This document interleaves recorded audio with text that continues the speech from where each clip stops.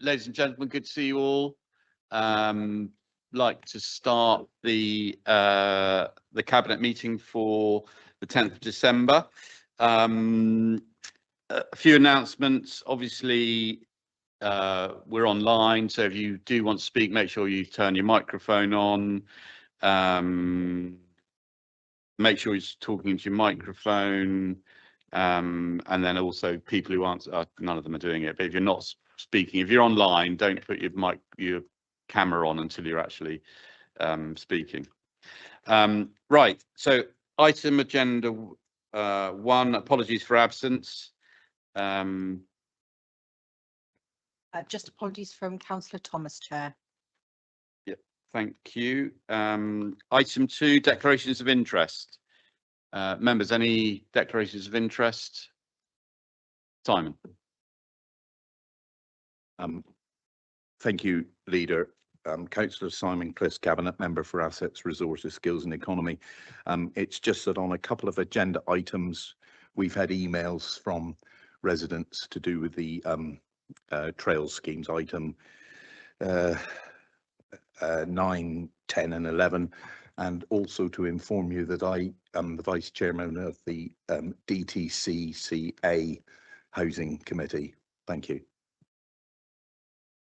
Thank you. I think they're all personal, aren't they? Yeah. Stuart, you wanted to? Thank you, Leader. I have a declaration of interest because we provide a library outreach service to the main library, which is located in my post office branch. Thank you. Any more? No. Oh, yeah. And well, in that case, then I'm a trustee of a charity that has a library in its premises. Okay. Thank you. Yeah. Any more? No. Agenda item 3, the minutes. Are you all happy for me to sign those as correct record of the minutes for the previous meeting? Yep. That's good. Thank you.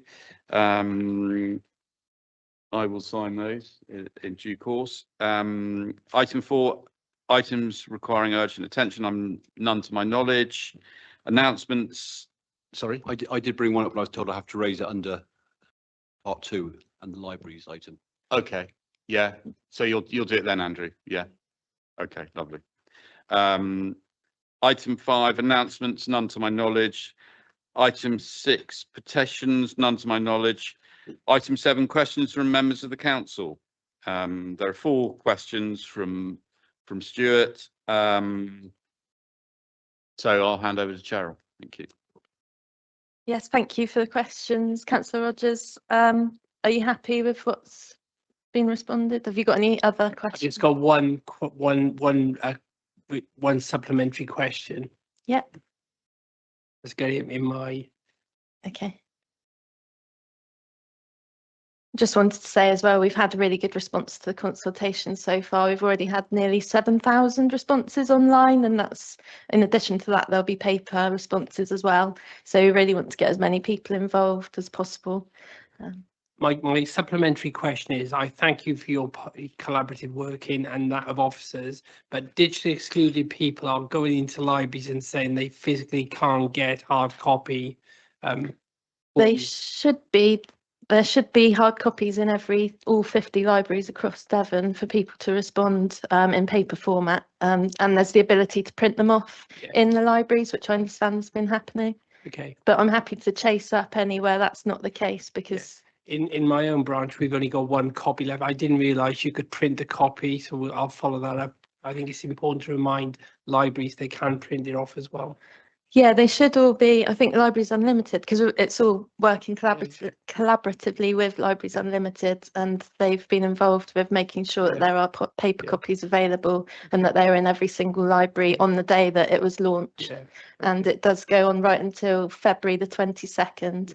So plenty of time, and we really want to increase that engagement, and happy to work cross-party with anyone who wants to be involved. And if we can have a member briefing to increase that involvement, I'd be very happy to do that. Thank you. Thank you. Thank you, Stuart. Move on to agenda item 8, questions from the public. No, there are no questions from members of the public. Agenda item 9, Barnstable Long Bridge Phase 1 scheme for approval to construct. Jackie, I think this is you. Thank you. So just to introduce this, members will probably remember that we've actually been doing quite a lot of work around Barnstable. And so looking further into Barnstable at the Long Bridge, this is works now for junction improvement at the A3125. There's an appendix which has a map which shows where this is located, and as you'll see from the map, it's marked off in a ring, which is where the bridge is. But you can see how close that is to the station. So this is generally a whole lot of really good works going on to improve the experience and the safety of pedestrians and cyclists. So the cost that we're asking for to be approved today is £862,900, and that would be subject to the resolution of the required TRO. And also we need to be able to give delegated authority to the Director of Climate Change, Environment and Transport in consultation with myself as Cabinet Member for Climate Change and Biodiversity and the relevant local members to make minor amendments to the scheme details. Thank you. Thank you, Jackie. Caroline, as local member, and is it you? I suppose you as well, Graham. Yeah. So it's actually in my division in Barnstable South. And first off, I actually wanted to thank Councillor Hodgson for coming up to Barnstable to have a look, which was tremendous. And I really wanted to just sort of speak in favour of this project. It's been something where there's been a lot of work and a lot of public consultation, and particularly working with businesses to make sure that they're happy with the proposals. I can only recommend this project. It's a really important interchange between a whole variety of roads, cycle networks, footpaths, so on and so forth. And the scheme that you have in front of you is a much improved scheme from the original, and that is as a result of our having listened to local people and local businesses. It's a great opportunity to really simplify the currently quite complicated road arrangement there, to improve the environment and to, again, as Councillor Hodgson has just mentioned, to actually make it a better environment for people who choose not to use their cars. It links directly onto the Tarka Trail, which, as you know, I will always promote as the longest continuously paved cycleway in the country. And actually one of the main reasons that people from outside the area come to North Devon. So I would just ask you to approve this and to thank all officers involved in the development of this scheme. Thank you.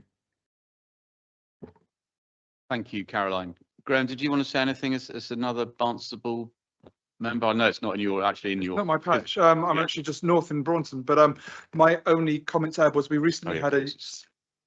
recently had a site visit around the Seven Brethren site, which is directly related to this. It's a large housing development with a lot of social housing going up over the next couple of years. Those houses start building next year, so this is really important to get this moving. It's a fantastic project. Oh, great. Sorry, Graham. Apologies. you're not Barnstable, but yeah. Andrew, Michael, did you want to say anything? I feel very happy for Barnstable. That's good. Yeah. Anyone else wish to raise any issues? No. Sounds like everyone's.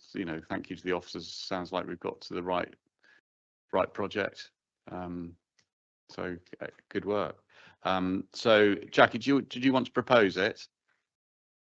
Thank you. First, I'll just point out, I mean, there's a nice detailed description actually in the background, but one of the things I just wanted to highlight was that the pedestrian and cycle count across Long Bridge shows that there's 5,000 people walking and 600 people cycling daily in this area and using that route. So I think it's really important, and as Caroline has also said about the links with the Tarka Trail, which is item 10 on the agenda as well. So yes, I just want to move the recommendations, please. Yeah, can I have a seconder for that, please? Simon, thank you. All those in favour, please show. Unanimous. Excellent. Lovely. Agenda item 10. Jackie, you again, the Tarka Trail.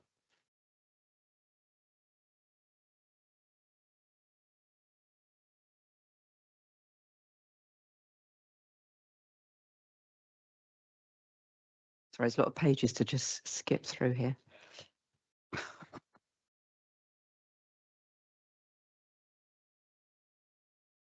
Okay, so this is the Tarka Trail. As fellow members will know, there's been this is one of our key active travel routes that we've been working on for quite some time. So there's quite a few items in the recommendation here. So I'll just read them out so we're all clear. This is to approve the construction of phase 4A, which is Spraycroom junction to North Buckland Hill of the Tarka Trail, and this is shown in your Appendix 1. That's at an estimated cost of £991,561. And approve the construction of phase 4B, which is North Buckland Hill to Cottages, and the rest area works for phase 4C, which is Cottages to Nethercott Road of the Tarka Trail, as shown in Appendix 2, at an estimated cost of £416,456, and approve the construction of phase 6, which is Dean's Copse, Nethercott Road to Knoll, section of the Tarka Trail, as shown in Appendix 3, at an estimated cost of £874,836, subject to the making of a public path creation order. And D, approve the purchase of the necessary interests in land for the route shown in Figure 1 of the Tarka Trail Willingcott to Knoll phase map, subject to minor variations. And E, approve an increase to the Climate Change, Environment and Transport 2026-27 capital programme by £99,343 and the 2027-28 capital programme by £598,496 funded from external grants. And F, allocate £991,561 from the Safer Roads Fund grant to phase 4A, with £38,218 in 2025 and £868,343 in 2026-27 grant year, capital year, and £85,000 in 2027-28. And G, finally, give delegated authority to the Director of Climate Change, Environment and Transport in consultation with the Cabinet Member for Climate Change and Biodiversity and the relevant local members to make minor amendments to the scheme details. So I haven't actually totted up in my head how much that comes to, but that's a lot of money we're asking you to approve today. But these are all sort of really important elements of the Tarka Trail. And it's over the next couple of years that we're looking at this funding being approved, and it brings in outside funding as well. So I hope you all support. Thank you. No, thank you, Jackie. And I've certainly been getting quite a lot of correspondence about this. So there's a lot of widespread public support for this. Meg, did you want to add anything? No. Okay, fine. Members, over to you. Any comments? And Andrea. Thank you very much, Leader. You will know that over the last 20 years, because you and I have been around that long, I have been lobbying for the Tarka Trail and the missing link. Well, a lot of what we're talking about today is in Councillor Bell's area. The area that's some of 4A and the rest all going north is all in my area. I can say there's unanimous support across the whole patch for this, subject to a few landowners who might not be quite so happy, but they've had 20 years to get used to it. And this is the closest we've ever been to actually completing this. And in the last 5 years, we've done more than the previous 15 years. So I'm very pleased to see this come forward, and I hope that you'll all be very happy to support it. No, thank you, Andrea, and thank you for all the work that you've done there. I mean, Graham, did you want to say something? Thank you very much. Can I just extend my thanks to Councillor Davis for the incredible work she has done and championing this. She's taught me a lot on the subject. This is essentially when we can complete this section of the Tarka Trail, following up all the way going through to Ilfracombe, we will be getting close to having a continuous cycle trail off-road between Ilfracombe on the north coast and getting down to Plymouth. There were, I think, in 90 something miles, there will be 70 miles of off-road cycle track. This is incredible. This will be, it is expensive, as Councillor Hodgson has said, but this is very, very worthwhile in terms of regeneration of Ilfracombe, which is an essential for us all. It is also a massive tourism and business opportunity, as well as providing a safe route for children and other people to reach Braunton, and of course the Seven Brethren estate, which Councillor Lever mentioned a minute ago. It's a really, really positive way forwards, and yeah, of course, the big thing, sorry, children coming onto the cycle trail, it will take them off the A361. At the moment, the A361 in this section, going between Councillor Davis' division and my own, is a no-go for cyclists. It's one of the most dangerous roads in the county, and this is a fantastic way forwards. Thank you very much, and thank you again. Thank you, Graham. Denise. Thank you. It's just a really minor point, just to say, brilliant the way that this is approached with all the phases. I love that. It's got implications for other cycle routes and doing the same way. But the phase 0, it just says in due course that will be completed. Does that have much of an effect on the entirety of it? And the expectations are that that will be done soon? Does anyone know? Don't know who. Jamie. Oh. Just in time. Yeah, phase 0 is works that are going to be taken forward by the developer for the Willingcott Holiday Park. So some of our team met with them in October, and they're currently proposing to recommence their construction works during autumn 2026. And then they hope to have that open for the public by summer 2027. So it should hopefully all follow on, but clearly I'm sure they'll see the benefits of this trail as well, and the custom it brings. So yeah, okay. And Andrew. And can I just add my thanks to all this good work, and thank Councillor Davis. It's great that your administration's continued with this work, and it's clearly a really good project. So well done. I thank you, and again, thank you to all concerned. I mean, it's an investment worth making. Any more for any more? No, in which case, Jackie, do you want to propose it? So I propose the recommendations. Yeah, can I have a seconder, please? Denise, lovely, thank you. All those in favour, please show. Thank you. Right, agenda item 11, endorsement of the Plymouth and South Devon Community Forest Plan. Jackie, you again. Busy morning, isn't it? So yeah, this is again another good news story. Obviously, as you can see from the background, if you've read through it, these community forests started coming forward many years ago. So the recognition that this was a really important element. I mean, if you look at history across Europe, you'll find that there's been community forests have been recognised for centuries as a really important element of air quality, but also for people's public space, and just something that is very grounded in local communities. And the community forest started here in the UK, in England in 1991. This is actually looking for us to endorse the Plymouth and South Devon Community Forest Plan 2025 to 2050. So it's a very ambitious plan because it's 25 years, obviously, of planting and management. Management is a really important part. But this now is looking at how we actually work in partnership with others. So we're looking across the whole of Devon, and we're looking, as you can see, the 5 partners across the County Council, Dartmoor National Park Authority, Plymouth City Council, and how we're all working together. And these are bodies that, you know, to be frank, are quite used to working together. So there's a good track record of how we can work in partnership. And so I ask you to endorse the plan. Thank you. Any comments, members? No, I mean, I'll just say that as a living in the South Hams, we have benefited from this and this scheme. We've got one community woodland that's planted up. You can see it off the A38 as you go past the pylons just before you get South Brent, if you want to have a look. And you know, and a few others schemes hopefully will come forward as well. So you know, I think it's a very worthwhile scheme. And anything else? No, Denise.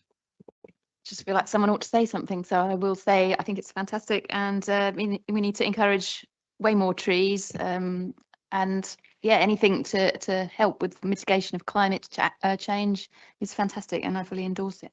Thanks. Excellent, thank you. Jackie, do you want to propose it? I just propose the recommendation, Yeah, lovely. the Thank you. endorsement, shall I The say. endorsement, yeah. Thank you.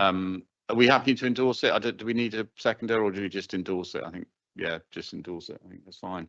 Okay, thank you very much. Right.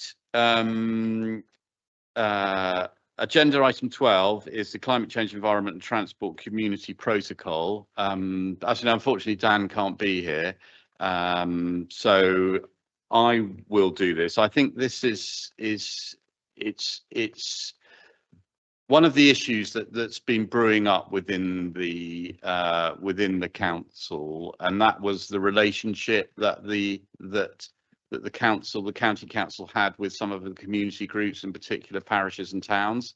And this is to try and strengthen that partnership working.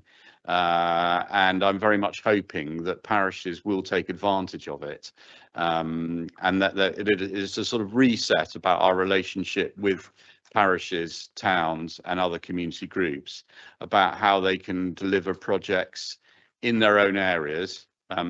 Haystad, they'll probably have to pay for them themselves, but I think in the past there's been a certain amount of resistance, and we need to smooth that. We need to oil that thing so that community groups and parishes feel that they can deliver what their residents want, and so I'm hoping that this is a reset of the whole relationship that we have with the parishes and towns and community groups, and that this will drive forward many of the changes they want to make, and may have felt frustrated in the past. So you've got the protocol at Appendix A.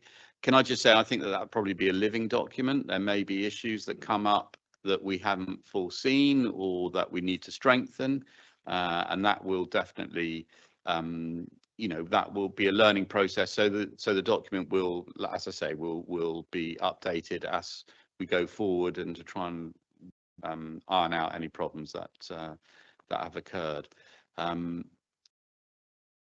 Sorry, Andrew. Yeah, okay, quickly. Yeah, and then I was going to pass over to Meg. Yeah. How is this going to be affected in Exeter? There's no mention. Well, I think the thing is it's community groups as well. So if there is a particular community group within Exeter, I appreciate what you say, that it's not parished. So I get that. But it's not limited purely to parishes and towns. It will be, if you have a certain area in Exeter that wants to do a particular thing. I mean, obviously the funding is going to be an issue there, because they probably don't have the funding. What I should say is that, we do take that into account when we're putting up projects. We understand that there are some communities that don't have necessarily the funds that others may have, and that is, we use that in the scoring matrix, particularly around the 20s plenty scheme, that the poorer areas, they get an advantage in that we're more likely to support them financially. So but we'll take it on a case by case, Andrew, and as I say, it's an evolving document, and it may be that we need to be more specific about particular groups in Exeter. Meg, I don't know if you wanted to add anything. I think you've covered the main point. That I think when we were originally looking at this, we were talking about parish and town councils, and we're trying to widen that out to community groups as well. But there's probably a limitation around some of the works community groups would be able to undertake. But we're certainly trying to address that issue, particularly for the Exeter area and some other areas which haven't got official parish councils. Thank you, Denise.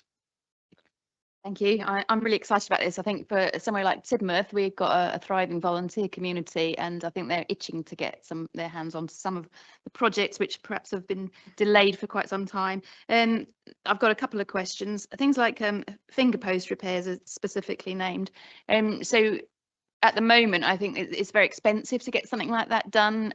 Are they able to do it themselves? If we had like the repair cafe or somebody actually working on it, does it have to be done to a specific quality, or is it just okay that they repair it to their own satisfaction? That's one. Secondly, going a little bit further, when we've got community groups who all have to get insurance, is there anything that we could do as a council to have kind of community group buy into insurance policies and things like that? It just feels like it's the time to add that in, perhaps. Thanks. Yeah, I think on that issue, I mean, we talked that, there may be financial implications around insurance. I mean, there is Chapter 8 training, but again, parishes have to pay for that themselves. And no, they don't.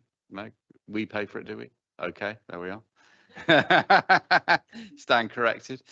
So Chapter 8 training, if they've got that, then they will be able to get insurance. I mean, I have to say that in my parishes, what tends to happen is that they don't, some of it they do themselves, but in other cases they contract it out to contractors who have all that various training and insurance in case. Yeah. I'll just clarify my question. So it's more for all the community groups who are doing various things. Everybody's going out and getting quotes for their own group to get, public liability. For example, my plastic warriors. It just seems a shame, and I wondered if there was some big policy that people who sign up to it could buy into to get it more effective. So part of when we were looking at the road warden scheme, and we were talking with parishes about this, was the issue of public liability. If you're a signed up member of a road warden scheme, then you are covered by the county council for the volunteers who work for you. As soon as you start contracting that work, that's when the insurance will need to be provided by another party. But if it's volunteers and you've agreed and you've effectively signed up to the agreement, then that is the group covered effectively with us, provided we know what you're doing and things like that. But yeah, we also provide the Chapter 8 training if you require that to be able to do some of the works as well. Sorry, so the finger post thing, are they going to just be able to fix things like that and signs that are broken and just go around and fix things? Is that going to be acceptable? So, I mean, I've always been quite inspired whenever we've gone out with parishes on things like the kind of community work about what they actually get to. And I can remember a very comical but very good presentation a group did. And I want to say it was in the South Hams, and forgive me, I can't remember the parish, but it was in the Rattery area, somewhere around there, where they had actually gone out, collected loads of the finger posts that were damaged within their community, and had done exactly what Councillor Brazil was talking about, kind of having a kind of almost a cafe, repair cafe type thing. The one thing that they struggled with was the height of the posts, though, and some of the pictures they produced were of these beautiful signs, but maybe a little bit shorter than we would probably normally put up. But the neighbourhood highway officer can always help give some advice if that's required. Thank you. Yeah, they're notoriously short in Rattery.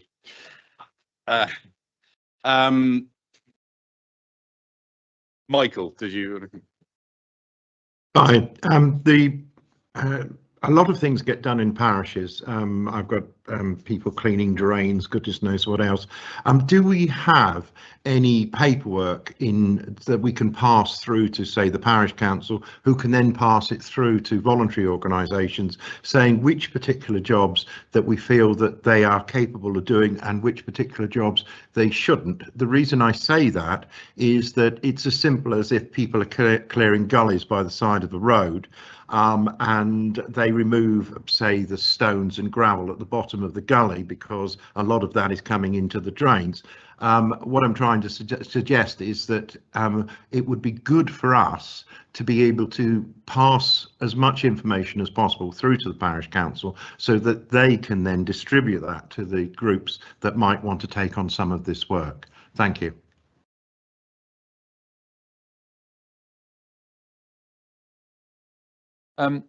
I don't think we've provided guidance as to what they can do. I think this is generally led from the communities about what the communities actually want to do. And then through that dialogue, particularly with the neighbourhood officer, it's about understanding what is appropriate, what the kind of safety implications are, rather than us giving firm guidelines of what we think you can do and therefore by extension what you can't do.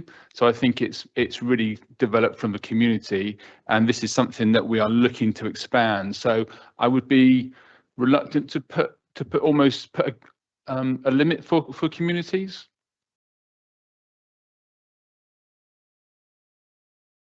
Michael, do you want to come back? Yes, it just concerns me that the fact is that we've all had situations through our time as councillors where we've asked communities to do certain things, and then 3/4 of the way along, the community suddenly finds out it doesn't have the responsibility, or there's a hidden cost for the community, or they haven't done the job quite as well as we would wish them to do.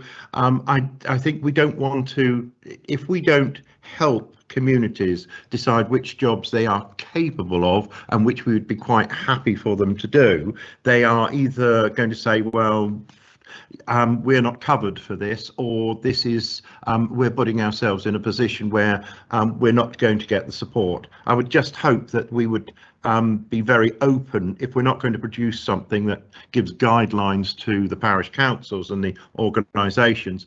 I just think we're going to get a lot of questions coming through from parishes and voluntary organisations trying to take on jobs which maybe they shouldn't. Thank you. Did you want to come back on that? I was just going to say, would it be helpful if we expanded the kind of guidance notes that we've got there to give examples of the types of work and maybe some before and after photos where we've had successes from other communities that might then help inspire communities about the kind of the scope that be available to them? I think that's a very good idea. Thank you. Yeah, no, and thank you for raising that, Michael. That sounds like a nice idea. Yeah. Donna. Yeah, I just first I want to thank Councillor Rogers, who set up a whole range of parishes recently, where myself, Teignbridge District Council and Dartmoor National Park went out to meet all the community representatives. It was a really inspiring afternoon, and exactly what my colleagues just said is we had I think there's so much learning in the afternoon between the different parish representatives of what they were doing and achieving, and it really was quite astonishing in terms of what they were achieving. So I think there was as much learning in the afternoon of the different parishes coming together and sharing their achievements, and equally so some key questions for us, regardless of that kind of one council front door response, and also the national park involved. So I'm quite happy, Councillor Fife Cook, that we do have a member development day coming up in February, and we started off 2 years ago, and when we were meeting with the parishes and the town councils to work on how we can do things together. So I think that opportunity to share best practice is something we need to consider. And I know, Councillor Arnott, that and your partnership role that in meeting with the parishes and the engagement around local government reorganisation, there's an opportunity for us to consider this. So I'm just looking to yourself, Deputy Leader, that perhaps we can think about how best to bring this together at the Member Development Day so that we can get that partnership absolutely right. Thank you. I'll come to Jackie and then Cheryl. Actually, just picking up from what Donna's just said, because I was going to say it myself, I do think one of the key parts of this is actually bringing people together to share experiences and share ideas. And certainly, I mean, my experience of Devon County Council, before I ever was anywhere near being a county councillor years ago, was that they actually did this. There were local highways get-togethers. I can't remember the name of the officer that used to organise them, but they were very good. And I know that a lot of the highways officers got a bit of a bashing from time to time. There was too many potholes in that area. But I think people understand things differently now. But I think you know, one of the things that did come across at those very meetings was the odd parish council and, you know, some parish councillor that would have done a good job, or a road was it the road warden scheme? It probably was. And, you know, but it inspires other people. And as Meg says, you know, people inspire each other. And I think they get a bit of confidence when they see somebody else speaking up. So I think that's a really important thing that we try and bring back, you know, once a year if we can. And people are prepared to travel. So I think it's, you know, it doesn't have to be just, you know, in every area or something. But what the other thing I was going to just read, regarding 3.3, the flood warden, there's no mention in there of the lengths person, or lengthsman as we call it, which is a really critical part of how parish councils do try to respond to flooding all the time. And I think there's a big gap, actually, not necessarily in this, but in terms of how we manage or work with parish councils to alleviate and even prevent flooding. Because, you know, I've seen clerks and parish councillors really struggle to know how to manage a lengthsman when they don't really understand how it works. And I have raised it, actually, to be honest, quite a few times at CIRS, because I do think that we should perhaps have some system. Maybe this is where we can just build slightly off of this. If we're talking about our neighbourhood highways officer being the person that kind of links in with a lot of this, then maybe that's the person that should be available to the parishes if they just want somebody to just maybe hold the hand of a new lengthsman coming into service. I know maybe it's a bit of a big ask, but I think it would mean that we would get much better flood management on the roads and flood avoidance, because if we don't have good lengthsman work going on in places, we're getting a lot of damage to the roads. And I think it's a bit of a false economy to not try and use the best of us we can out of that lengthsman service that the parishes are prepared to pay for and work with. I know it's not a community thing, but in terms of what we're looking at as a flood warden here, I would have thought linking in with the lengthsman would be a really important element of this. It's a bit more convoluted, I accept, but I think it's something that otherwise we're possibly missing a trick of opportunity. Yeah, no, thank you, Jackie. I think, as I said, I mean, you know, I see this not as the end, but the start, and I'm sure that it will be adjusted as we go forward on that, and take into account what you say. I mean, you're right. I mean, the parish lengthsman was a very valued part of the community, and it's sad that that's sort of gone by the by now. Well, for me, Chairman, it hasn't gone by the by. The parishes actually employ people, but Yeah. they struggle to do it in the way that we once would have done, where we really had good teams. No, what I was saying is you know, the county doesn't provide the parish lengthsman that they used to the greater degree. Cheryl. I was just wondering for a bit more information on how many active road wardens we have at present.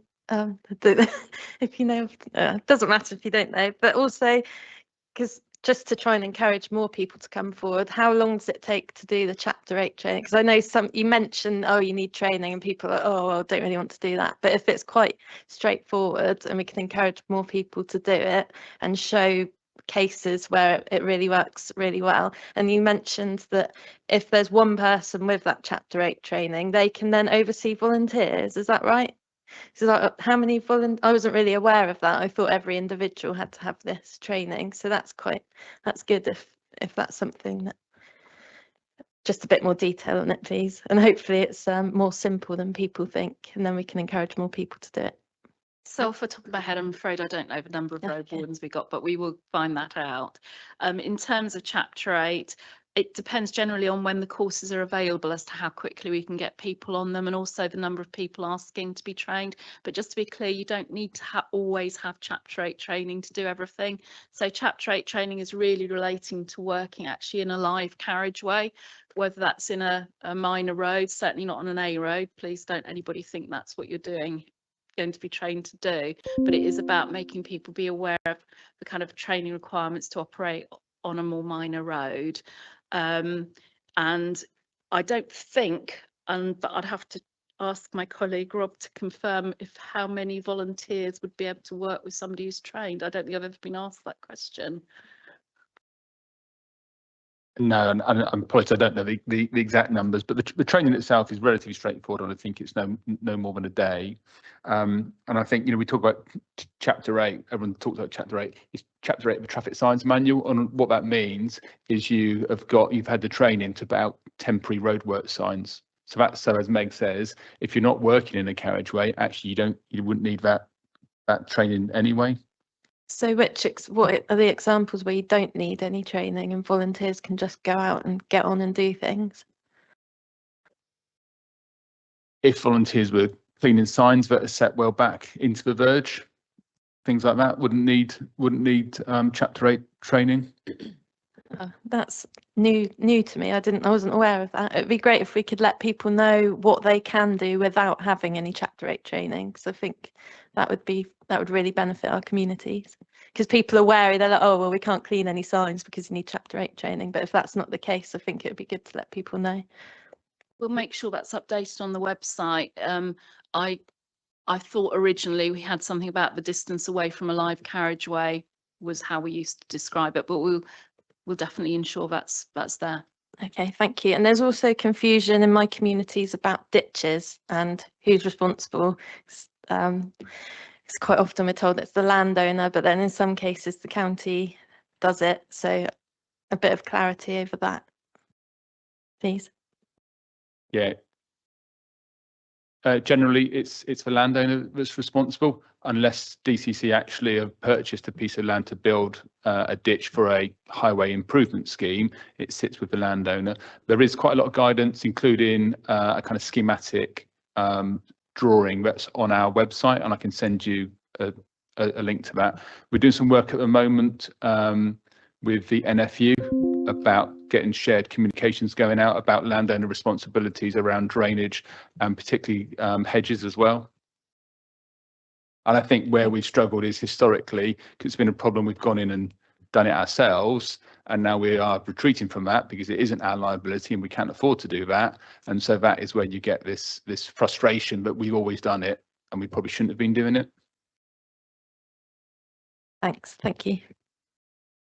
Simon, and then I'll come to you, Michael. I see you got your hand up.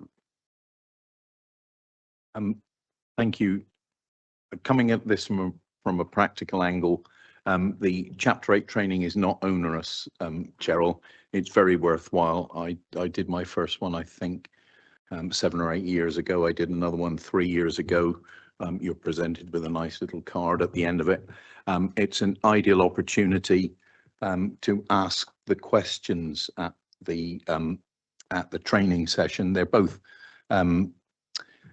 practical and a raft of questions that you answer online. Pretty straightforward. I think anybody can do it and achieve it, but you do get the opportunity later on in the session to ask a lot of the questions that have been referred to this morning, and very worthwhile, I'd say. Thank you. I'm going to go to Paul first because he put his hand up. I forgot, and then I'll come to you, Michael. Thank you, Chair, very much. Just like to pay tribute particularly to Jackie and to Dan, who unfortunately can't be here today, because we did discuss, didn't we, 4 or 5 months ago, the route to helping local communities get 20s plenty in place. And although it's slightly understated in the report, no criticism of the report, that is what this report effectively presages. I know that councils in my division will be delighted about that. I think it's superb that there's been representation taken from the Devon Association of Local Councils as well. And again, I think what we will need to do is communicate back out to them that this is the decision we have made, and make sure that they communicate that to their members. And yes, all of these things we've been talking about for years, ditches, parish lengthsmen in particular, and you'd be disappointed in this meeting, I'm sure, if we didn't get on to local government reorganisation. I'll give you about 20 minutes on it if you like, but actually the 30 seconds that is important here is that if we do have these neighbourhood area committees in place, these are one of the forums, as well as the parish and town councils, where something like this could be very helpful. Thank you, Chair. Good point, Paul. Thank you. Michael. I just want to remind people, about 20 years ago, there was a very good idea brought forward by the Chief Executive of West Devon Borough Council at the time. So I presume it was financed through West Devon Borough Council. And what it was a shared fund between parishes.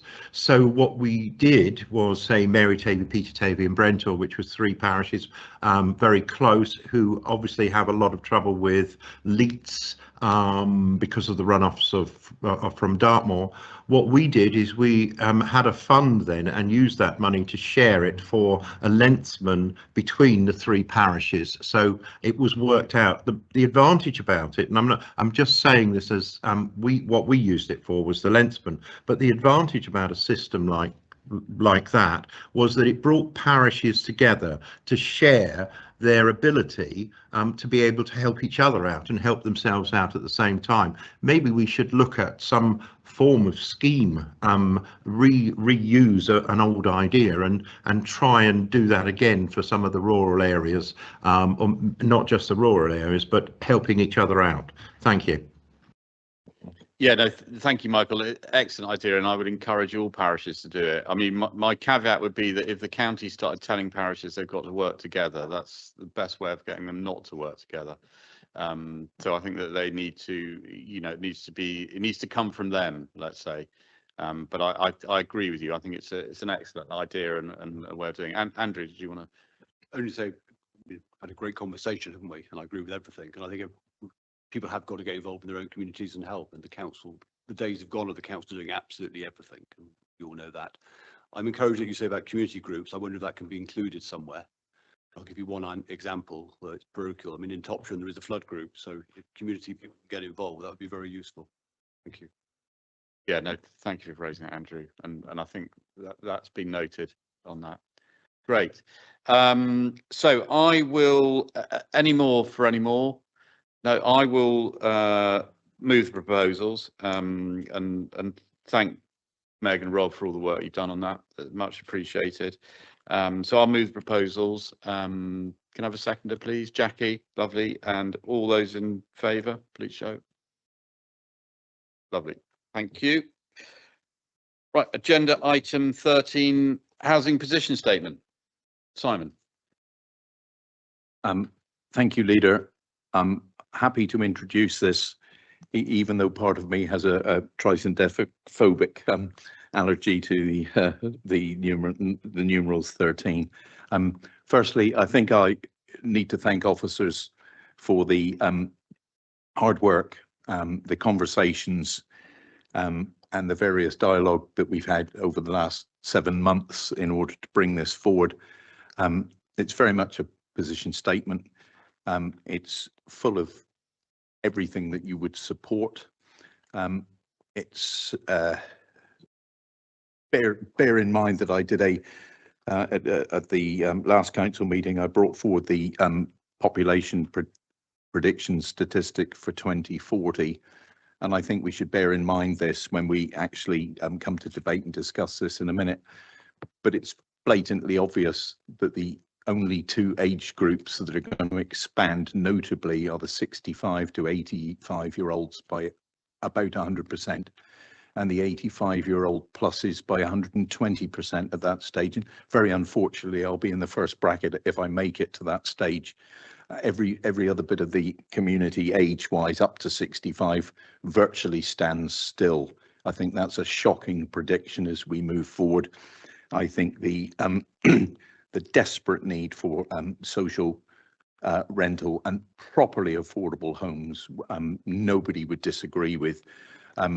One of the reasons I first stood 40 years ago was the fact that Hemyock, the village that I live in, had no affordable or housing for local residents or younger people in the community. And very sadly, when I went to the primary school in Hemyock, there were 22 of us. So there are now only 2 of us living in the village. The other 20 have disappeared all over the UK and around the world. It's pretty sad, in my opinion, that they didn't stay. And I have to say that in my first year as an elected member, which was 1985, a developer came forward with a site where he was offering both open market properties and affordable homes. It was a concept that had never been recognised before. I can remember tripping down to Tiverton to planning meetings where it was described as piggybacking brilliantly over those 40 years, and with the help of a fairly recently established community land trust, we've been able to deliver just under 40 affordable homes. And for a parish the size of Hemyock, That's a noted achievement, and I have to praise the harmonious working relationship we have with that local developer. We talk about social rental homes for a moment. I'll refer to MDDC, where we've had a very decisive policy of delivering both traditional build and MMC properties in modern modular construction. Being part of the DTCCA, we've been tripping around. We were hosted by North Devon at the end of the summer. We were hosted by Torbay yesterday. It's great to see that we're all working in harmony and all trying to move forward, both for the residents that need to get on to the housing ladder to keep themselves in employment locally, and to the benefit of those businesses locally. It also ties in very nicely with the homelessness problems that we all have and that are escalating, and also the care leaver situation as well, which are complete benefit to our society moving forward. It's, I think, obvious that we're scratching the surface. I think it's obvious that these need to be accelerated, and accelerated very quickly, before we get into as you described to me yesterday in conversation, a retirement county. No disrespect to the elderly in our community, but I think it's important that we Councillor Keeling is poking fun at himself here rather than me, I hope. I didn't realise I'd weathered so badly. I'm happy to bring forward the recommendations at the end of our debate and discussion. Thank you, Leader. Thank you, Simon. Jackie. Thank you. I'm really interested in this, but what I would just say is I'm slightly disappointed, to be frank, in what's not here rather than what is actually on the table in front of us. Just to jump straight into 3.21, community land trusts, or 3.23, which is about the CLT developments. Currently being built in Dartington at the moment, which is in my division, are 39 houses, which is 100% affordable delivery of high spec sustainable housing built through a community land trust, which started its journey in something like 2008, as far as I remember. And it's taken a huge amount of work, and I think it shows it can be done, and it can financially stack up. And of course, when you have a sort of a building application and program over that length of time, like almost 20 years, it actually costs you an awful lot more, because you keep having to redo research bits of projects, and some of the surveys have to be redone. And they've weathered it, and they've done it, and they're under transition town Totnes, so they had a lot of that. That's the kind of the standard they were hoping to get as well. So these are truly affordable in the sense that they are affordable rentals through Astor as a housing trust, which maybe I should or shouldn't mention here, but they stepped in and have really helped with this. But it's been hard won, but not just by the land trust themselves, but actually the officers that work at Southampton District Council in the housing team, who really got it about having sustainability at the heart of it, as being going into the future, making sure people genuinely have affordable homes to live in. Last Sunday, I spent 4 hours with a community assembly in Totnes, looking specifically at housing, and some of the conversations there, particularly there was a led one about homelessness, was really, really sad, really sad about the people that die on the street. I think they said 17 people died on the street and homeless last year in Exeter, and that's a terrible statistic, and it just shows that how unaffordable homes are to so many people, and as has been said, so many younger people, and the people that don't often get counted are the people who've just disappeared off because they say, well, it's so expensive in this area, let's go and live in a city. So you don't even get that support within the families now for the older people that are living here, but also not that natural diversity in towns, which makes them really vibrant and thriving. And I just feel one of the things that came up last Sunday, the reason I mentioned that housing assembly, was that they were talking about what makes it unusual. And is a kind of a contradiction, I think, in this report, because on the one hand, it's saying the answer is to have bigger housing developments, because that way we can get higher levels of affordability, the 40%. But actually, I mean, my experience is that one that got brought forward to South Hams, I think it was January this year, but as a proposal, was offering 8.5% for 1,500 houses. So, you know, absolute joke that was, and all that layout was all about single housing. So that's why it was. But, you know, and what you've got in this report, it talks about, you know, when people were actually asked, they prefer smaller, more niche developments in their communities. And I think if we kind of don't think that the only way we can deliver is through big housing things, which is always going to be more problematic, more long-winded, slower to develop, as opposed to maybe some smaller, quirkier ones like the Broadhempston example, for example, which is in Teenbridge, which has been heralded as a fantastic opportunity and brought in young people learning the skills, being involved. You know, we've got a lot of these other things underway in some of our newer policies that we've talked about recently. We've also got the opportunity, I think, through the pension funds, maybe to even look at how we could get that kind of investment and sort of aim at something that is really perhaps a better vision than just at the end of the day saying, oh, well, probably the best way to do it is bigger housing developments with bigger developers who we know they run off with huge amounts of profit from these things. And we still end up, if we're lucky, with, you know, I mean, 40% for me doesn't actually cut it. I think we should be aiming much higher than that, because otherwise we're just perpetuating the demographic that we are struggling with at the moment. Beyond that, thank you for bringing this to the to committee or cabinet today. No, thank you, Jackie. And I'll come in at the end. Cheryl, do you want to say? I didn't know if I need to declare an interest being on a local CLT. It's on my register of interests. And very supportive, and how it helps the local needs of our communities, and we need more of it, and good communication with the councils is key. Yeah, very supportive. Simon, are you going to declare an interest as well, or Jackie? Yeah, no, of course, yeah. Councillor Hodgson, thank you for pointing that out, and I couldn't agree with you more. I think what this agenda item actually does is it completes a circle. I agree with you. I think each one of us members has got an instance where a developer has reneged on the percentage of affordables, and I in my pre-say I did mention truly affordable as opposed to open market affordable, and the point you make is very good. It's something we're trying to deal with the DDCCA. It's going to involve cooperation and understanding from Westminster down. And at the moment, I'm busy constructing a letter to send not only to the Housing Minister, but also to the Prime Minister to try and get him to recognise that the West Country actually starts between a line between Southampton and Bristol rather than ends. Sorry, that's probably pretty politically incorrect of me to say it, but I think it's important to realise that in very rural counties, the work we do is so essential, especially in keeping the age demographic down. I mean, rather selfishly and with a little bit of levity, being in the second category that I mentioned just now, it'd be nice to think that somebody may look after me that was younger. Thank you, Simon. Yeah.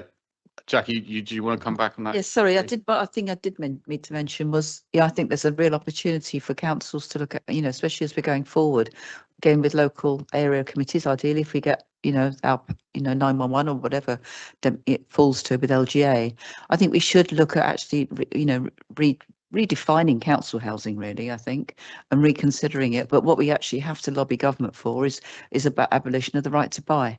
The right to buy has absolutely, you know, crippled council housing. And council housing, when you look around, you can spot the council houses. They're really good. Some of those old ones in the 50s and 60s, big gardens, well built, you know, honest housing, and, you know, good, you know, happy homes for people.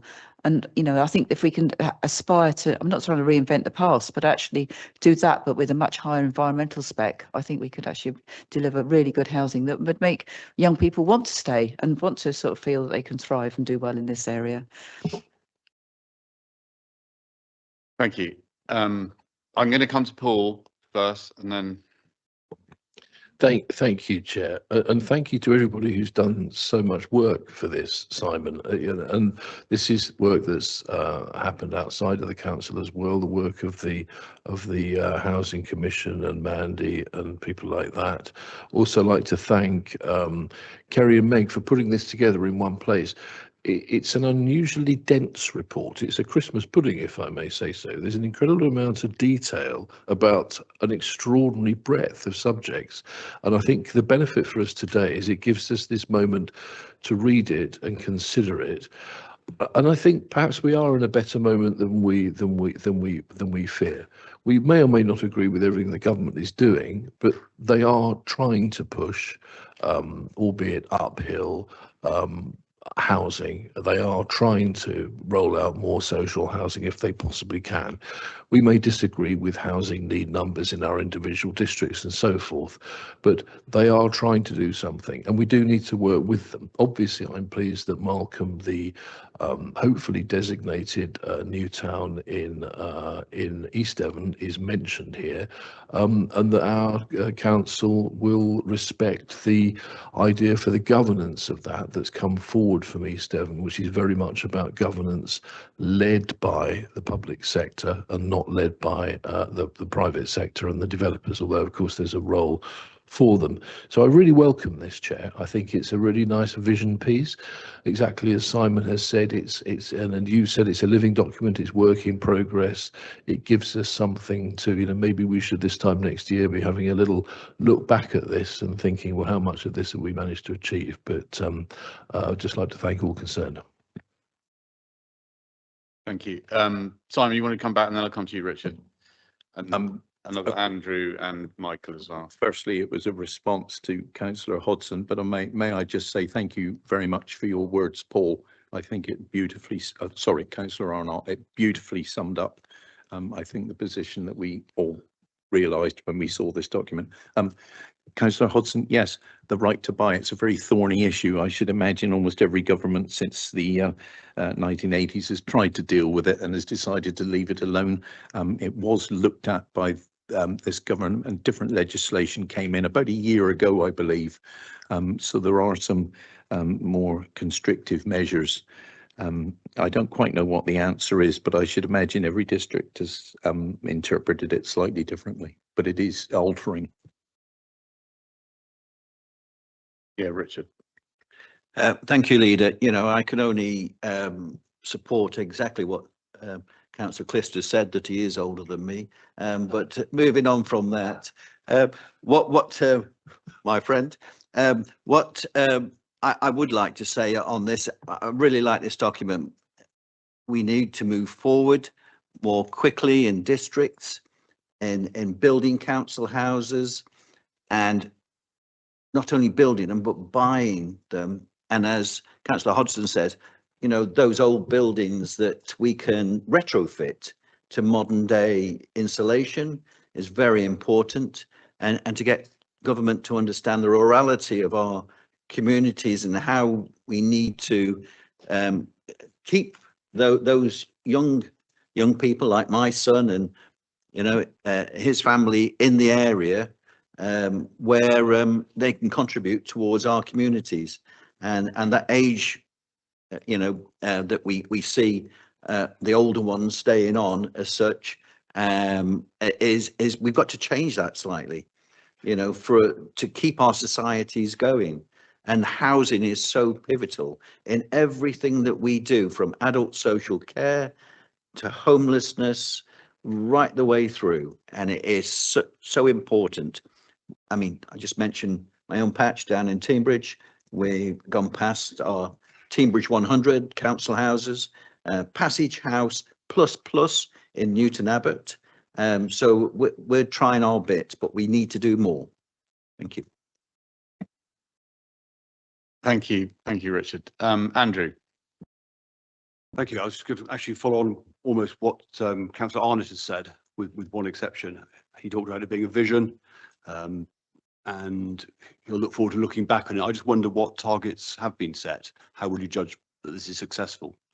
What constitutes looking good, and what achievement is going to look good on this?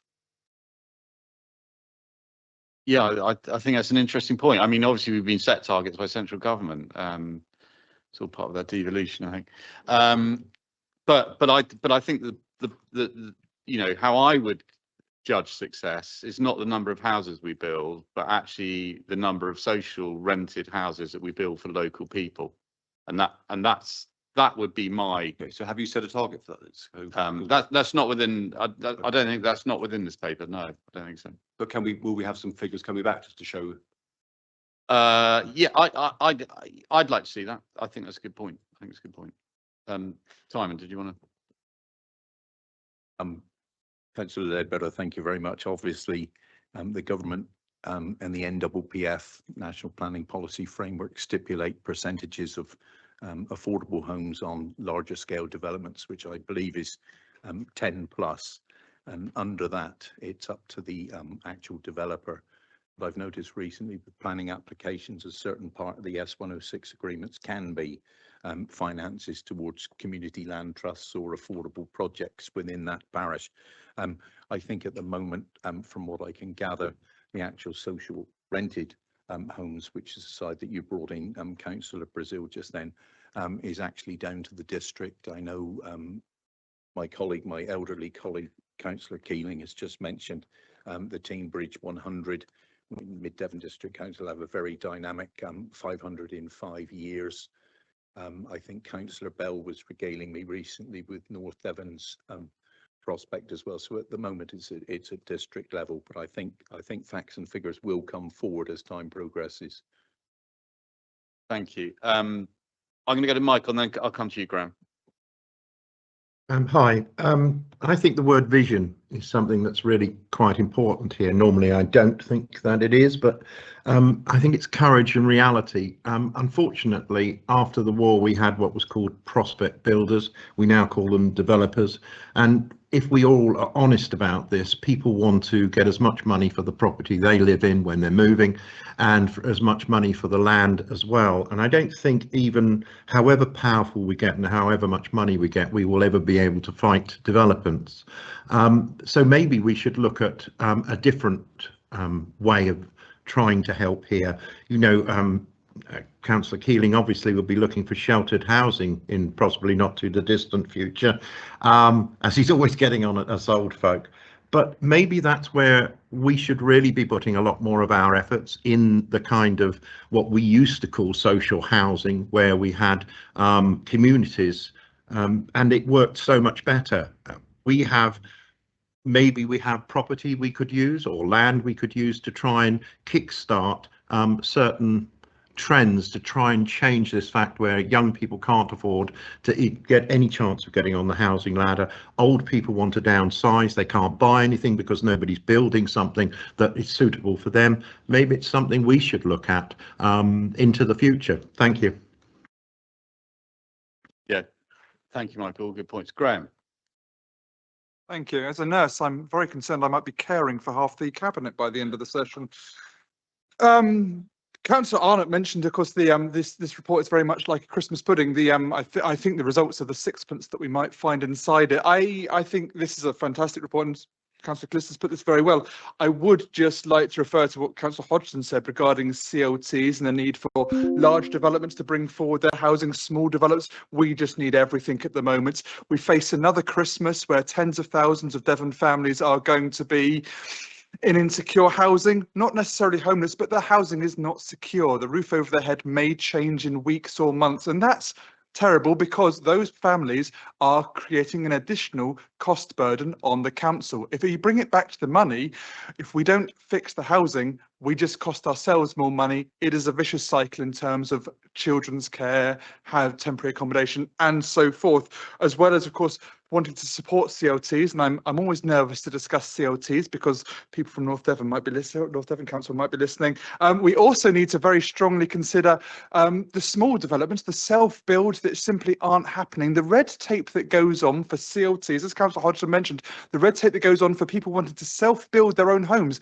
Every single self-build house takes one family out of housing insecurity. It might only be one family, but you can save things by just making it easier for families to build houses for themselves. They can be very self-sufficient, can be very effective as well. So really, yes, this is a great report. In a year's time, it would be fantastic to see how much easier we've made it for community groups and for individuals to build homes so they can get on with their own lives. Thank you. Something else. Thank you. Stuart. Thank you, Leader. I just wanted to pay respect to Teambridge Council and their work with Dartmoor National Park. 40% of Teambridge is in Dartmoor National Park. One of the challenges we face is access to funding. So we need to lobby government because there are schemes coming forward, but access to funding is key. And the other point I want to just raise is the government have cut neighbourhood plan funding centrally, and that's affecting progress of potential opportunities. And we need to think about how we can help the developers find solutions through local solutions. Thank you. Simon, do you want to? Thank you. Firstly, I'll respond to Councillor Rogers at very salient points, and I think all planning policy advisory groups throughout districts, etc., are already dealing with that sort of thing in order to bring their local plans forward. And it's disappointing to me that the number of neighbourhood plans that should be being presented aren't being funded adequately. In response to Councillor Fife Cook's observations, I would say the opportunities to engage where it comes to the development of social rented and affordable properties and land availability every year, or almost every year, you get the opportunity to engage and consult when the National Planning Policy Framework comes through. I do that every year and have done for a number of years now, a number of decades probably. And I would advise him that he could also put forward his observations at that point to be constructive, if nothing else. Thank you. Paul, you want to say? Yes, thanks, Chair. I'll be brief. I think what's interesting about a paper like this and about the process, and indeed the LGR process, is that districts and county are having to work closer together and understand each other more. At East Devon, we just thought, well, what are we going to do about this? So I think it was September the 4th, I think, we announced a £100 million build and buy housing investment and delivery plan. And what that's going to do over the next 5 years is 250 new homes built on council-owned land, regenerating existing estates and developing underused sites. But a further 250 homes acquired through Section 106 agreements, off-the-shelf purchases, collaborative deals with developers and housing providers. So I just say that as an example. Well, the question you may ask is how that's being paid for, which is always the key thing, isn't it? So it's a mix of borrowing, government grants, developer contributions, capital receipts, and right to buy receipts. Every scheme modelled to ensure it is self-financing through rental income. So this has shown how district councils, and I was admiring the example coming from Timbridge, and I know from Mid Devon and elsewhere, of what they've been able to do. It's basically called, well, we're going to make our own plan then, because the government hasn't been very helpful historically. Previous governments haven't been very helpful. But what I really love the idea of is that this is recognised through us at county as well. And as we do move forward, unfortunately, to inevitable reorganisation, it's a question of how we build on this and know and understand each other's work. I do sometimes worry that officers understand what's going on at each other's councils, and maybe members don't quite, So what I've just said there is probably the biggest thing East Devon will ever do.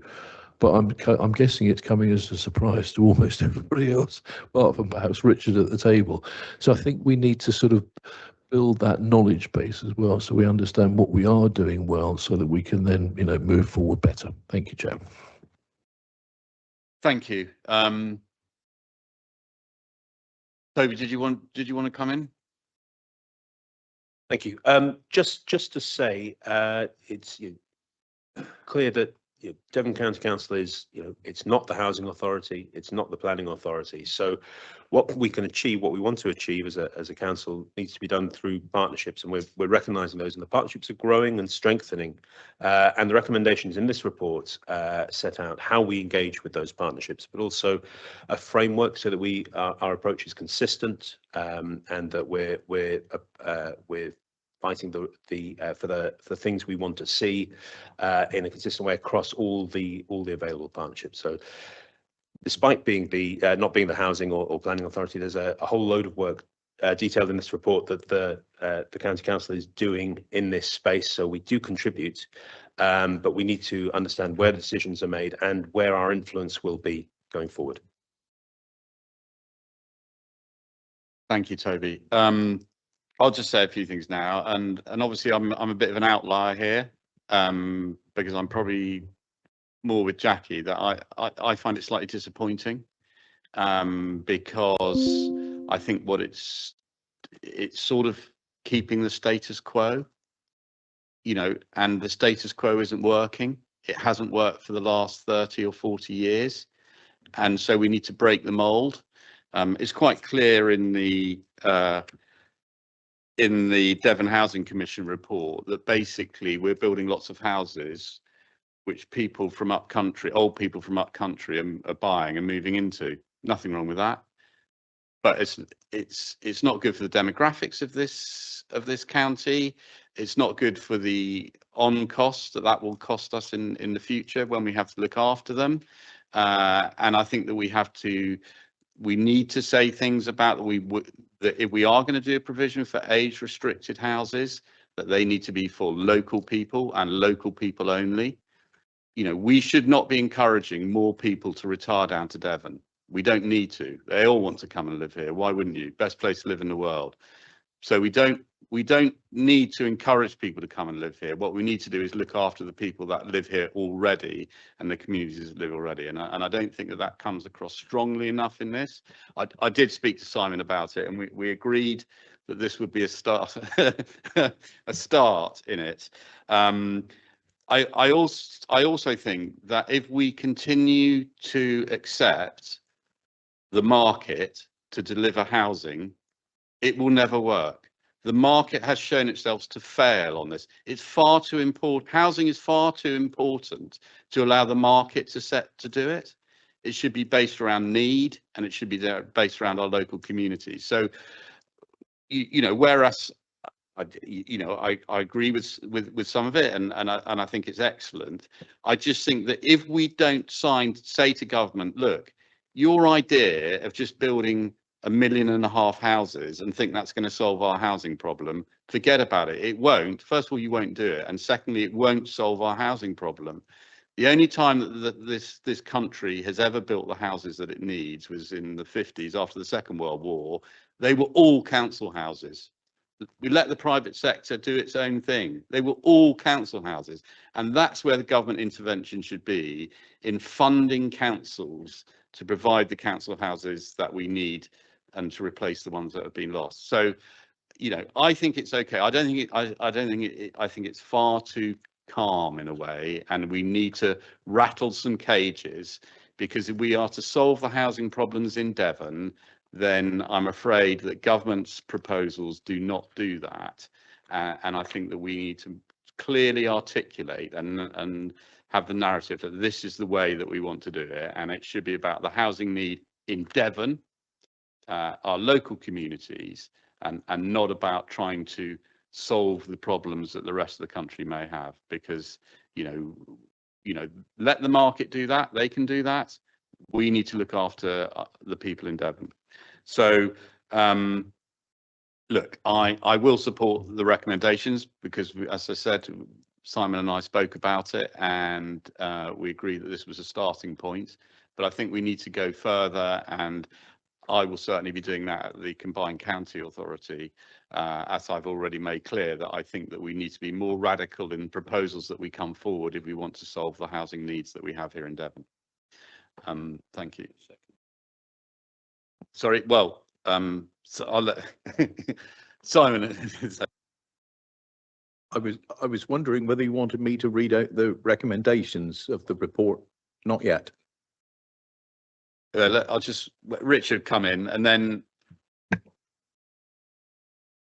Thank you, and I just wanted to say I'm really welcome what you've just said, Julian, about doesn't feel radical enough, and more needs to be done, and the foundational stability that the right housing gives, especially to our young people, and more specifically our young people, and to Paul's point of members, and the awareness of what the housing authority and the majority of the people services that sit with county and how those two interact. And I think there's some real opportunities there for some awareness raising of quite what a difference the right houses or the right accommodation in the right place for the right targeted cohorts would make a real difference to young people's lives. Thank you.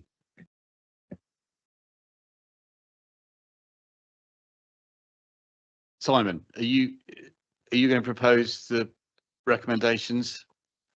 I am, but before I do that, Leader, I'd like to congratulate you on sticking your head above the parapet and saying what you did to us all this morning. I think we're all fully behind you and all fully in agreement with that, even though we discuss this as being a starting point. I think it's pretty obvious that the knock-on benefits of providing the housing for that demographic, the populace, will be an increase in businesses, it will be an increase in employment, and it will be an increase in the economic prosperity of our region, which all are needed as we move forward.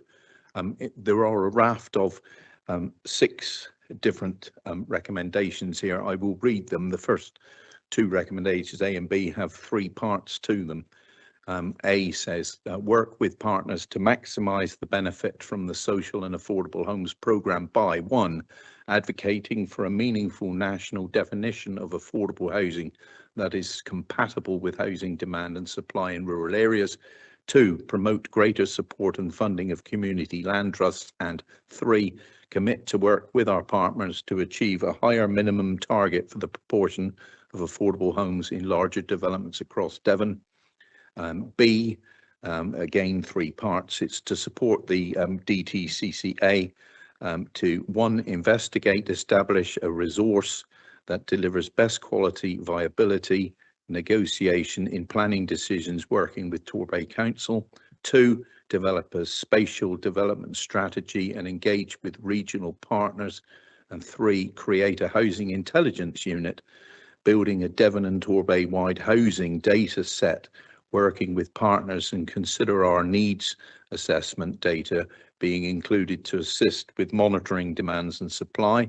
C, agree with district council partners opportunities, timelines, resource commitment to secure additional tenancies and permanent housing solutions for care leavers. D, agree the delivery of sustainable alternative natural green spaces, SANGs, should be a key component for development strategy. E, note the County Council's facilitation of the bid into the next round of Brownfield Land Release Fund to unlock potential housing sites, including one county council site. And F, it's to note the specialist and supported housing needs assessment and strategy, initial findings to support vulnerable adults, and delegate to the Director of Integrated Audit Social Care, the Director of Climate Change, Environment and Transport, in consultation with the Cabinet Member for Assets and Resources, to use this report to feed into the local plan consultations and the CCA's spatial development strategy. I'm happy to propose, Leader. On a point of order, has something changed? Because why was it read out? It's all written down. Simon, was there any changes there in what you read out? No. Sorry. I just wondered. Oh, curious, that's all. Yeah. Part of the reason for my insistence on reading the recommendations out was the point that Councillor Arnott made, that it was a condensed report, but it was all encompassing. You will have heard through the debate and the discussion the various different angles and nuances that came in, and I felt that it was necessary to read all 6 recommendations out because in some way it was encapsulated. Okay. Thank you, Simon. Yeah, so you're proposing those recommendations. To have a seconder for that? Paul? Yeah, second. So all those in favour, please show. Great, thank you. We're going to have a, sorry.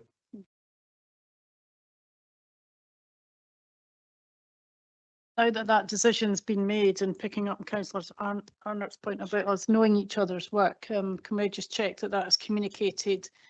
Because there's been and just to recognise point C, there's been a huge amount of work recently with our housing officers, our children's services staff, our housing cabinet leads in all the councils across Devon, and our leader, deputy leader, and our cabinet lead for children's in this area. So I think it's just important that we get the communication right, that people are aware that it's been agreed today with all those partners. And I think it would be a miss not to thank all the work, Chair, to consider that in that communication we thank all the work that people have been doing together in this space, particularly linked to recommendation C that's been approved today. Absolutely agree, and it's a good example of how when we work together we can really make a difference. Right, I'm going to suggest that we have a 15-minute break now, so back at 10 past.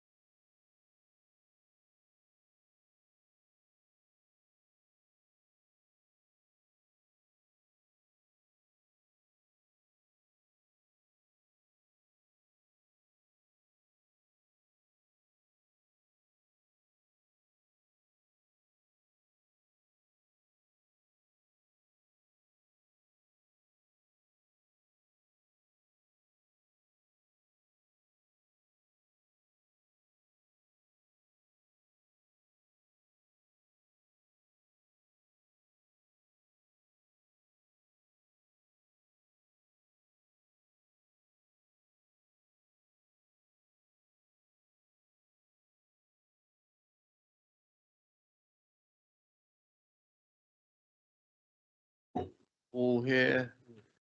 Are we missing anyone? 1, 2, 3, 6, 7, 8. Who are we missing? Are we missing anyone? Simon.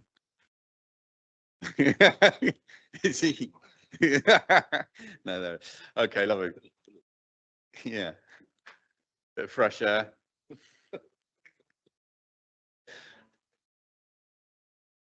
Right. Okay. Thank you. I hope you're refreshed. And agenda item 14, the Devon Send Sufficiency Strategy. Denise. Thank you. I'm delighted to introduce the Devon Send Sufficiency Strategy, a plan that forms just a part of our improvement journey, but one that should have been introduced years ago. The strategy sets out clearly our aims to enable children to go to a well-resourced school within their locality, alongside their peers wherever possible. For the first time, we will have oversight of coming needs and be able to make early decisions about placements, giving clarity to young people and their families and to the schools to enable them to plan. As stated in the plan, this gives us a chance to reshape provision and manage spiralling costs far more effectively. Can I take this opportunity to address a consultation that's currently going on with parents regarding Millwater School at Bicton in East Devon? This is an academy school who are discussing their plans with parents to reduce the age from 19 to 16. This is outside of our control. The timing of this consultation has been very unfortunate, as it does confuse the trust issues within their school with our strategy being announced today. But I would like to stress that it is a totally separate issue that we are closely monitoring. I'll hand over now to the Director of Children's Services for the report. Thank you. Thank you, Councillor Bickey. So just to add the importance of this strategy, so we're recognising the Secretary of State's proposals around changes, and we are clearly in a policy gap at the moment in terms of some of the detail. So we want to be really clear about where we are in terms of the work undertaken.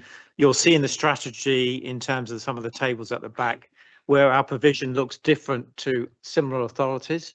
So particularly, we don't have sufficient resource bases and support in our mainstream provision, which other authorities have.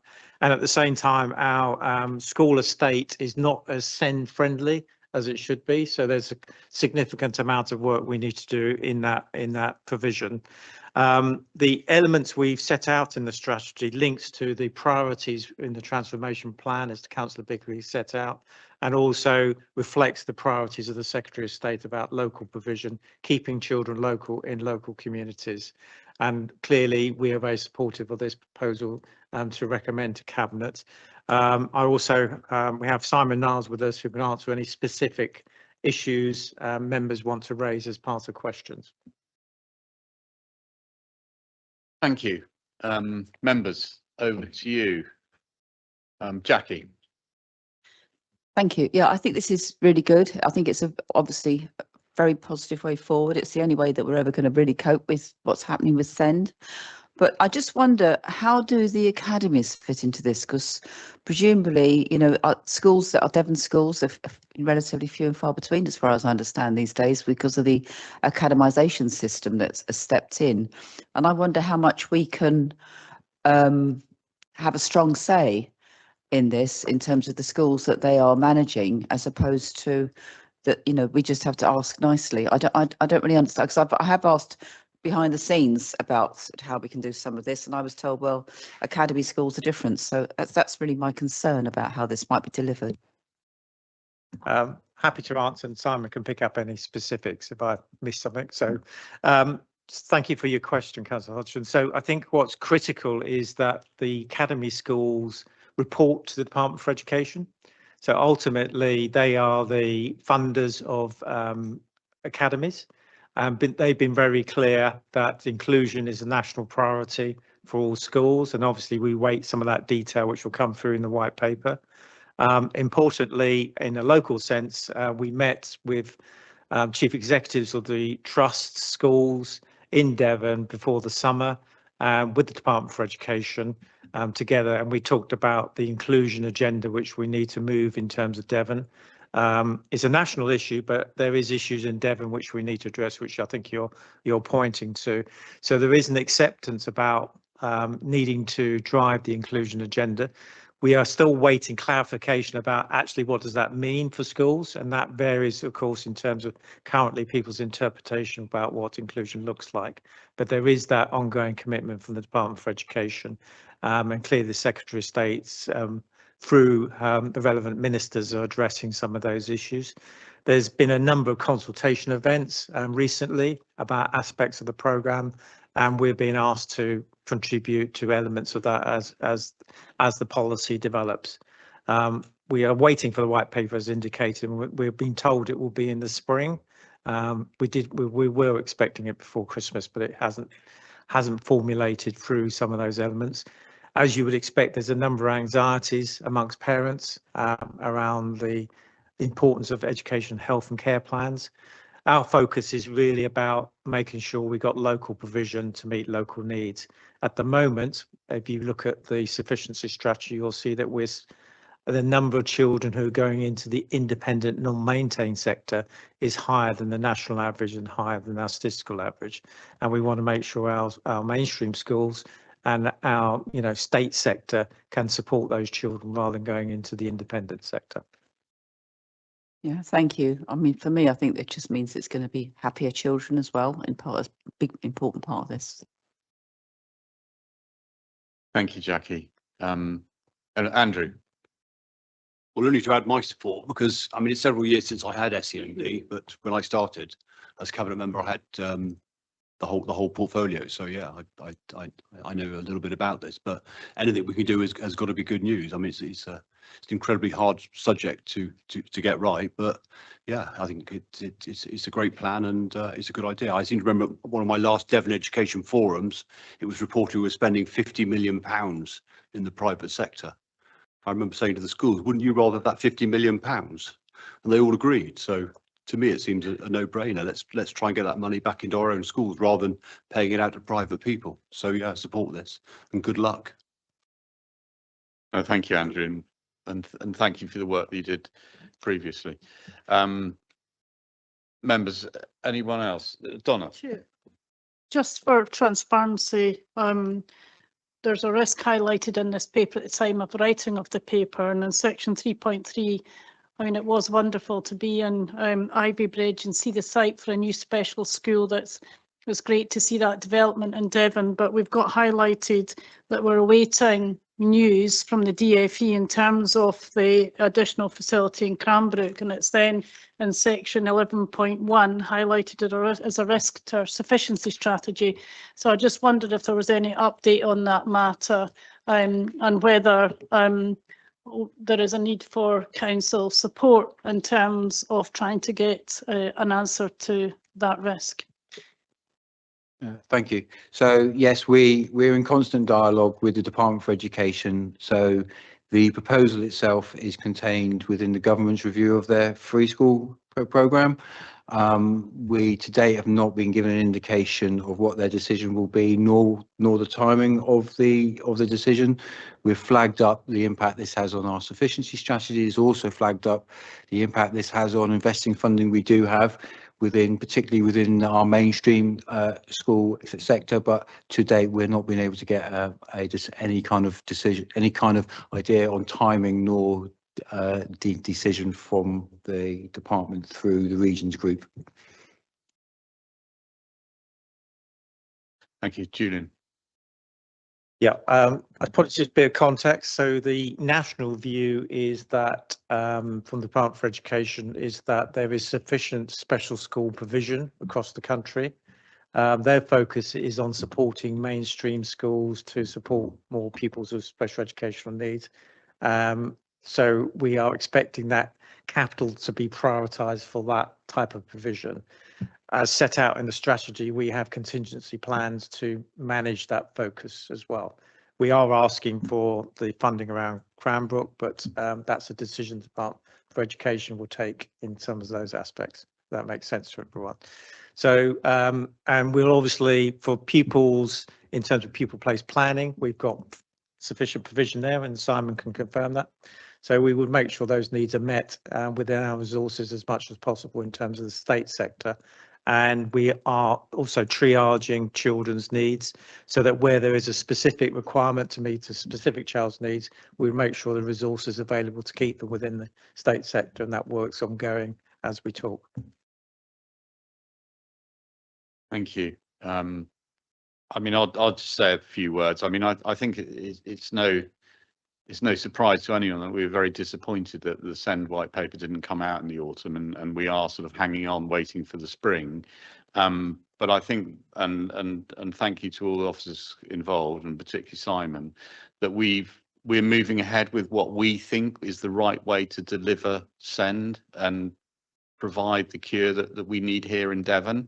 In a way, we'll be in a position to say to government, look, this is what's best for us, and we will do it, but we need your support, and we hope that you will come with us to almost give them this is the way to do it in a large rural area, because the danger is they'll concentrate on urban areas, and we're talking about prevention, early intervention, inclusion, building capacity. And you're absolutely right. It's a disgrace and I think morally bankrupt that some companies exploit our vulnerable children, charging exorbitant fees, not delivering the proper services that they should. And we need to stop. We need to stamp that out. And this is all part of that same picture. So I'm delighted with this item. I think we need to put some more detail into it, and particularly figures about what it's going to cost, and then we can go up to government and say, here you are, here is a blueprint for SEND in Devon. Will you help us? And I hope that will be more, they will see that as a constructive way forward, rather than the normal, begging bowl out, can we have some more money? That we actually say, this is our plan, this is how we're going to do it, will you help us? So, I'm an enthusiastic supporter of this item, I'd say. Thank you. Anyone else? No? Denise, would you like to propose the recommendations? Yeah, just before I do that, I'm just going to say that I went to the online briefing from the Secretary of State, Georgia Gould, and also we went to a conference the other day and we were listening to the Chief Inspector of Ofsted, Sir Martin Oliver. So the move is completely in line with what we've got here. It's all about inclusion. It's all about getting children in their localities. It's all about early help, trying to diagnose issues much earlier, getting help in, at the narrow point of the funnel before it all escalates. And I think this all speaks to that, and moving towards the locality working that we're aiming to do as well. So I'm very happy to propose the recommendations. I don't think you need me to read them out, do you? Right here. Well, if you like. I suppose. Simon might help. You. No. So can I have a seconder, please? Yeah, Richard, happy to second it. And all those in favour, please show. Excellent, thank you. Thank you, Denise. Agenda item 15, the recommissioning of 16+ looked after and care experienced young people. Richard, over to you. Wonderful, thank you. I'm really pleased to bring this to Cabinet this morning. It's a real opportunity to improve young people's lives. We're looking to recommission support and accommodation services for 16+ looked after and care experienced young people, and look at youth homelessness as well in a project called My Future, My Way. Outcomes for young people in our existing supported accommodation have not been good enough. Too many of our care experienced young people and 16 and 17-year-olds in care are leaving our services without the stability, skills and confidence they need to thrive and get that independence in their own lives and develop the skills needed for their own housing tenancy. So this is here to change that. Our ambition is clear, and it is aligned with the people who've been consulted about this and working in partnership, but it's particularly aligned with the needs and wants of young people. That's in the papers there. And it is about creating supported accommodation that provides good homes with good support, and prepares young people for independence so that they can sustain their own tenancies wherever possible moving forward. The proposal is the proposed model is designed in a way to make this happen, and introduces a key part of that is introducing a support worker who stays with them through that journey. So the supported accommodation they're in, they're able to take that support with them as they move on into their own independent tenancies as well. So we're creating a good pathway to move people into their adult lives. This is about having a relational approach, and it will improve outcomes, and it also reduce the risk of eviction, and as we've spoken about earlier with the housing piece, reduce the chances of homelessness. I'd like to say alongside this, we're working with district councils to increase housing options, including access to affordable tenancies and private rented homes. And it's this partnership approach which will create a coherent pathway from children being in care through into independence. And on a point of clarity, I just want to point on the recommendations C and D. Just for clarity, I'm referred to with two different titles. I'm very happy to have two different titles, but just for clarity, the Cabinet Member for Children's Social Care and Lead Member for Children's Services are both me. Thank you. Good. Glad you cleared that up. Julian, did you want to add anything? Or No, I mean, Councillor Jeffries has set out the ambition. I think just to be clear, this is about making sure we have provision which meets the needs of the child, young person, rather than us trying to fit children and young people into specific provision, if that makes sense, which is the problem we have quite at the moment. Some of the providers out there have quite rigid views about what needs can be met. We want provision to be more flexible, to offer a range, because we have young people have a range of needs. So we got really pleased to have over 20 children going to university. Their needs are very different from those who've got significant mental health problems, etc., who need ongoing support. So it's about having that range of provision out there, which is critical, I think. no, thank you. Members, any comments? Jackie? I'd just like to say I think this is a really good report, and I really welcome the work that's been done and the flexible approach that's been taken to try and wrap around the youngsters and young people that need support. So thank you. Yeah, I think it's really good. Thank you. Richard?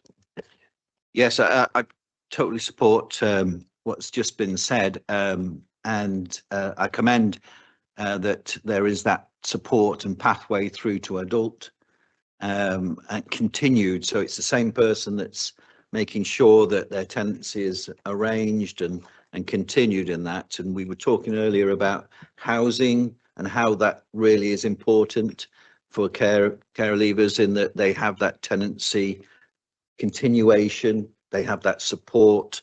One of the biggest problems we've had is that support's not always been there, and that continuation of the same tenancy has not always been there. But I'd like to say as well that I'm concerned about the future in the numbers that are coming through. I mean, we have 594 care experienced young people aged 18 plus as of February of this year, and that's over 9% up on January 2024. So that's of concern, but I support this. Yes, thank you. Thank you, Richard. And concerns, yeah, is very concerning. Anyway, Paul? Yes, thanks, and agree with everything that's been said. And just to point out on the 1.1D, just in passing, this is one of those moments where we have to ensure that contractual arrangements persist beyond LGR. So I'm glad to see that as a recommendation in the report. Thank you. Good. Richard, do you want to propose the recommendations? Yeah, just before proposing, I'd like to welcome what we've heard from Cabinet colleagues about this being about the people involved, not the thing. And Julian has articulated that as well. I just wanted to go to section 5.2, one on that. Just the having stability and the right accommodation and the right support in this transition period between childhood and adulthood, and the difference that makes, and the bit about opportunities to maintain relationships and friendships, having significant people in your life that you're able to develop those strong bonds with is made easier when you've got stability in these places. And hearing from the young people who've explained that this is quite difficult when constantly moving homes or changing settings. So just to get the impact of what happens when instability is there, over and happy to propose. Thank you very much. Thank you. And can I have a seconder? Yeah, Denise. All those in favour, please show. Excellent. Right.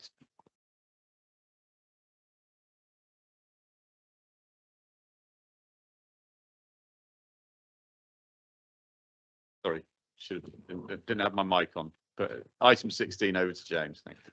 Thank you, Leader. Councillor James Witchkowski, Cabinet Member for Finance and Public Value. Leader, before turning to the recommendations, I want to reflect briefly on the work of the Corporate Infrastructure and Regulatory Services Scrutiny Committee, whose review has been thorough and constructive. Their observations have helped sharpen the focus on the issues that matter most as we move into the second half of the year. Since scrutiny met, two developments are worth highlighting. First, the point at which we needed to enter the market for new borrowing has now been reached. This week, we've applied for a £22 million one-year loan at 4.51%. This refinances the internal borrowing that supported the 24-25 capital programme and increases our external debt from 507.8 million to 529.8 million. This was anticipated in the strategy, but cash flow in the run-up to Christmas and into the early months of next year means it can no longer be deferred. Second, officers have completed the refinancing of three long-dated loans totalling £42.8 million. These have been replaced with a new 3-year PWLB loan, securing an in-year saving of £218,000 with an ongoing annual saving of around £360,000 for the following 2 years. Those savings are dependent on council choosing to spread the premium on the Barclays loan over its original maturity, and the recommendation to that effect will be included in the Treasury Management Strategy for 26-27.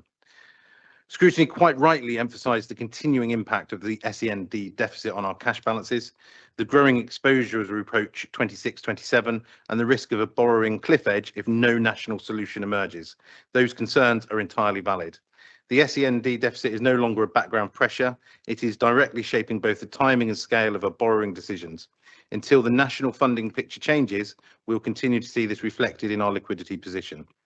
The committee also noted the council's prudent approach to investments, the expectation of falling interest rates, the importance of avoiding clustered maturities, and the decision to undertake benchmarking of a performance against other authorities at a modest cost. All of these points are reflected in the stewardship report before Cabinet today. Finally, it's worth restating that our historic PWLB debt, around £436 million, reflects capital investment over many years and has properly been accounted for and externally audited.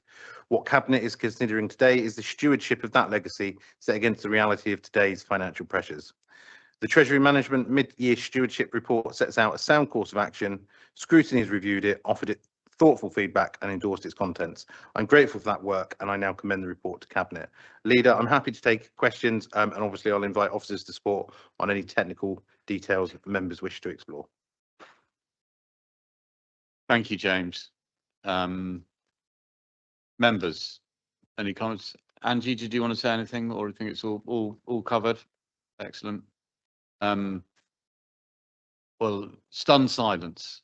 Don't know if that's good. Or just the realization of where SEND is taking us. In which case, if there are no questions or queries, James, do you want to, I mean, I know it's just welcoming the report, but would you like to move the recommendations? I'm happy to move the recommendations. Yeah, Leader. and seconder for that, Simon, lovely. All those in favour? Thank you. Move on to standing items. So that's the minutes of the four committees there. There are no matters there requiring endorsement of the Cabinet. Are we happy to note those? Yeah, all noted. Thank you. Agenda item 19, policy performance and transformation. That's been SEND.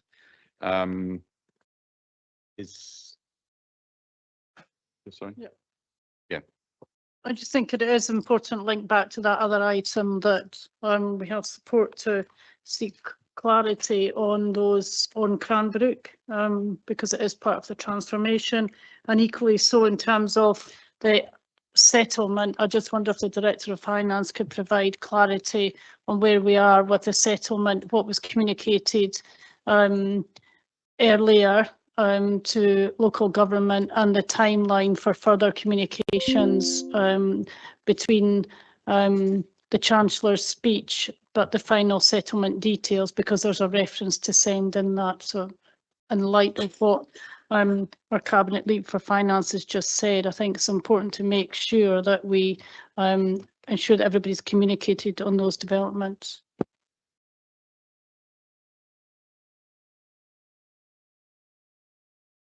Going to have to wait for the microphone to warm up a bit. I think it's got there. So yes, the government issued the policy statement. Unfortunately, it didn't provide the level of detail that previous policy statements have. So we don't yet have an estimate of the funding, not just Devon, nationally across England. So we're waiting now for the local government provisional settlement, which is expected week beginning the 15th, so next week.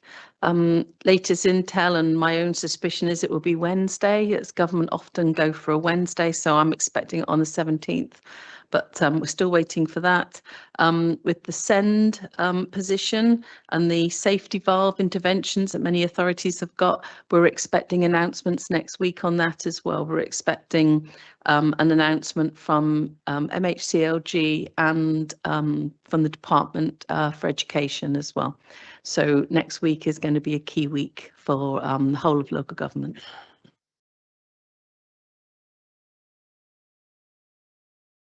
Thank you. Yeah, so wait and see. Let's hope so. Okay. Anyone else want to say any more on that? I don't think there's a recommendation or anything. No, so we just move on. Agenda item 20, delegated action. That's for noting. We're all happy to note that. Yeah. Agenda item 21, forward plan. We've got the forward plan printed there. Any comments, queries, additions, deletions? Are we all happy with that? Yep. Okay, good. So that's agreed. So now we move in. Sorry. Are you finishing? Well, no, I was going to move into part 2. I just wanted to wish you all a happy Christmas, actually. Okay. Yeah. And so did I. So Merry wanted Christmas to to wish you all. everybody happy Christmas, all our staff and everybody a happy Christmas, and the end, the end of your. Well done, Andrew. Yeah, I know. I never sort of took you as a sort of Father Christmas figure, but I can see it. You'll get my Yeah. jump.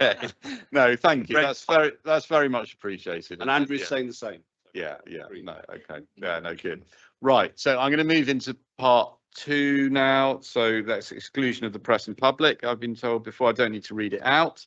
So could I have a proposer? I'll propose that, seconded by Simon. All those in favour, please show. So we now move into part 2. Yeah.